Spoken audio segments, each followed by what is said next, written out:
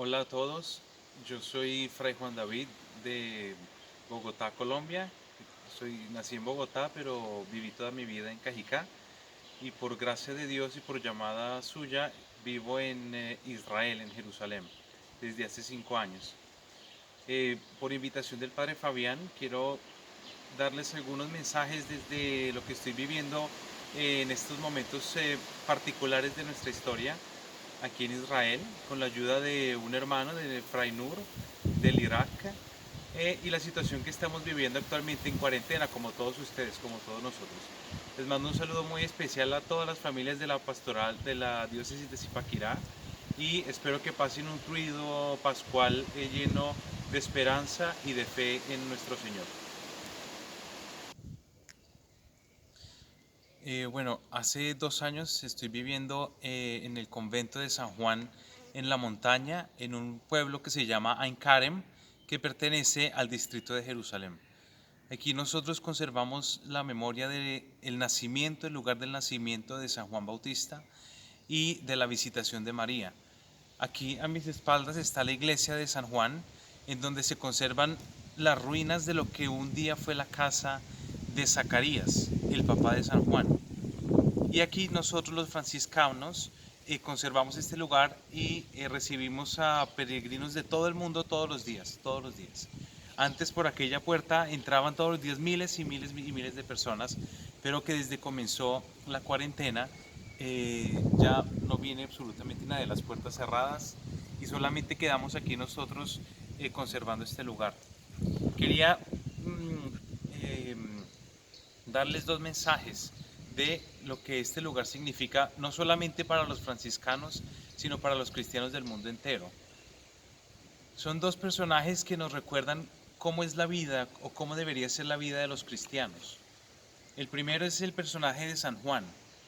San Juan fue el hijo de Zacarías, ¿no? Que vino al mundo milagrosamente por nuestro Señor, pero fue un hombre que anunció primero a Cristo y segundo vivió en la escucha atenta de la palabra de Dios y de la voluntad de Dios. Este hombre que nació aquí, en este lugar, y que de aquí se fue a vivir al desierto, es un ejemplo de cómo tenemos que vivir los cristianos. Un ejemplo de austeridad. Vivir en el desierto, ¿qué quiere decir? No en el desierto de la soledad, sino en el desierto de la austeridad. De vivir en la escucha atenta todos los días de la palabra de Dios. Y esa escucha atenta de la palabra de Dios lo llevaron a comprender que Cristo era el Cordero de Dios. Cómo San Juan escuchaba la palabra, ¿no? Meditándola, meditando los profetas. Porque como Cristo mismo dice, todo lo que está escrito sobre mí, todo lo que escribieron los profetas, debe cumplirse.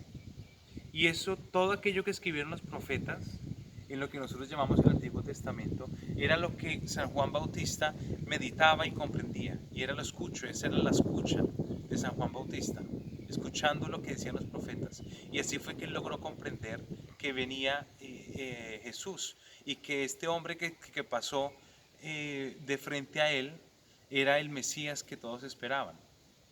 Pero era un Mesías distinto, no era el Mesías que vino, como recordamos en el Domingo de Ramos, no era un Mesías que vino como un guerrero, cabalgando un caballo, sino era un hombre que cabalgaba un asno, un asno, o es decir, un hombre que vino en la humildad y en la sencillez.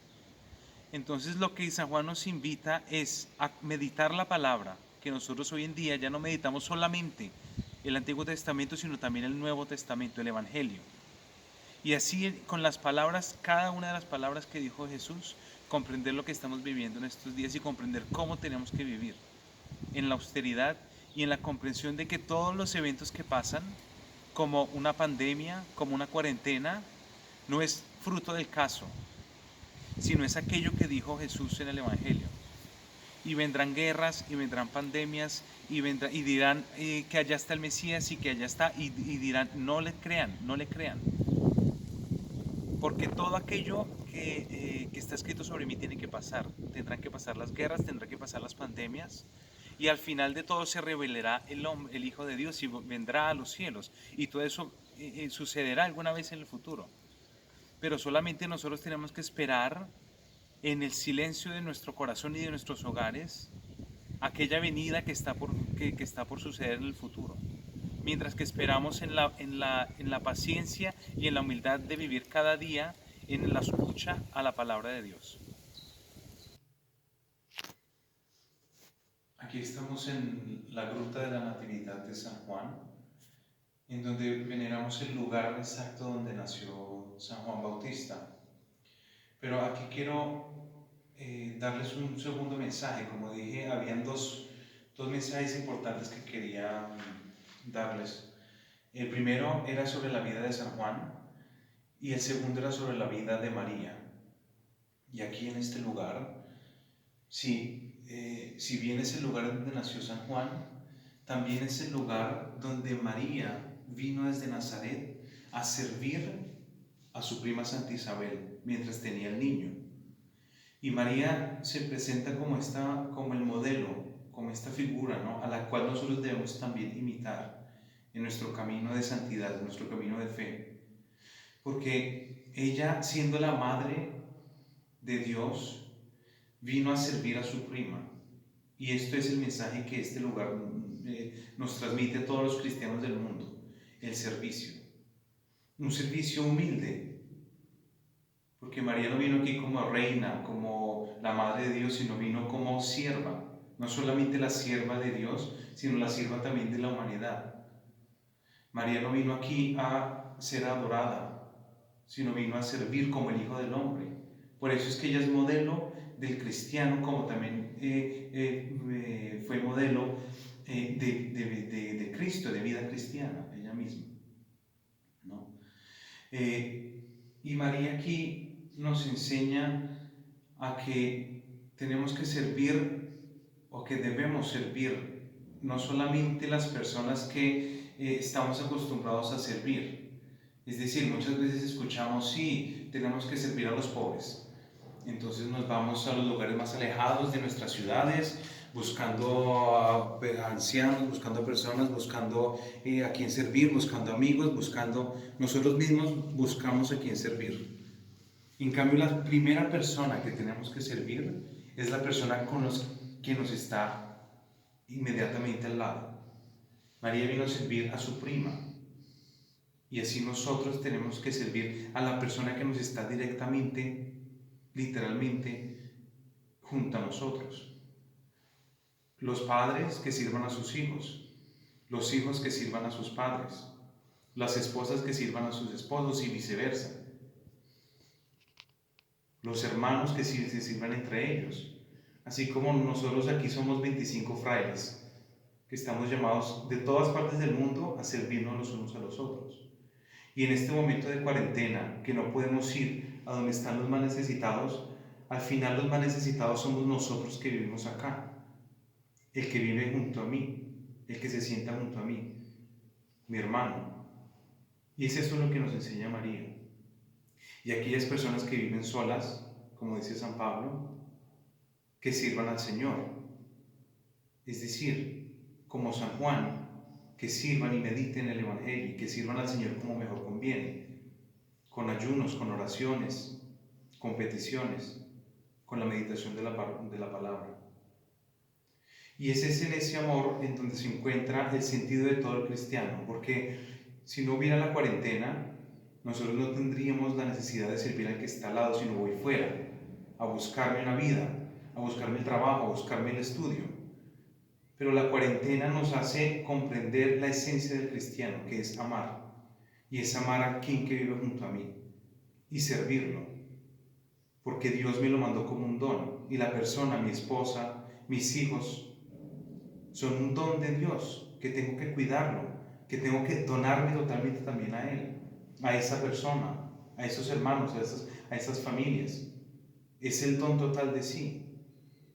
En la cuarentena y viviendo juntos es donde salen las peleas, donde no soporto a mi esposa, no soporto a mis papás, no soporto a mis hermanos, no soporto a nadie. Es porque al final no te soportas a ti mismo. Entonces antes, la última invitación es que antes de ir a la persona junto a ti, es que vayas dentro de ti mismo y sirvas a ti mismo. y conozcas a ti mismo y aceptes a ti mismo. Ir al interior de sí, que ahí es donde viva Cristo, y después ir a la persona que está del lado. Y esta es no solamente la vida durante una cuarentena, durante la cuaresma, durante la Semana Santa, sino durante toda la vida. Y que la experiencia de esta pandemia, de esta situación que estamos viviendo ahora, que terminará en un mes, en un año, en el tiempo que sea necesario para nuestra purificación, después que haya terminado, esa es la vida que tenemos que seguir viviendo para alcanzar la vida eterna y la santificación, y no solamente la santificación en la vida eterna, en el más allá, en el cielo, sino la paz interior aquí. Y eso es lo que significa que el reino de Dios viva entre nosotros ahora. Finalmente, me quiero despedir mostrándoles lo que se llaman los montes de la Judea, el paisaje descrito en el Evangelio, que es este que vemos aquí al fondo. Y mi última invitación es hacer presente lo que la Tierra Santa significa para nosotros, también como cristianos. La Tierra Santa es este lugar en donde el Dios que es eterno, invisible, se hizo carne y se hizo concreto, se hizo tiempo y espacio y materia aquí con nosotros. Y el vivir nosotros aquí en Tierra Santa y el conservar estos lugares, lo único que nos quieren hacer recordar es que Cristo fue un hombre y es hombre presente entre nosotros y aquí en la tierra. No es una espiritualidad abstracta ni un Dios que está lejano, sino es un Dios que está concreto, cercano, dentro, sobre todo presente en la Eucaristía. Y esa Eucaristía donde Él se hace vivo y real, fue hace 2000 años esta tierra santa donde Él se hizo hombre con nosotros. Entonces, les quiero pedir que se unan en espíritu y en alma a todas las Eucaristías del mundo, con el Papa, con los que quieran.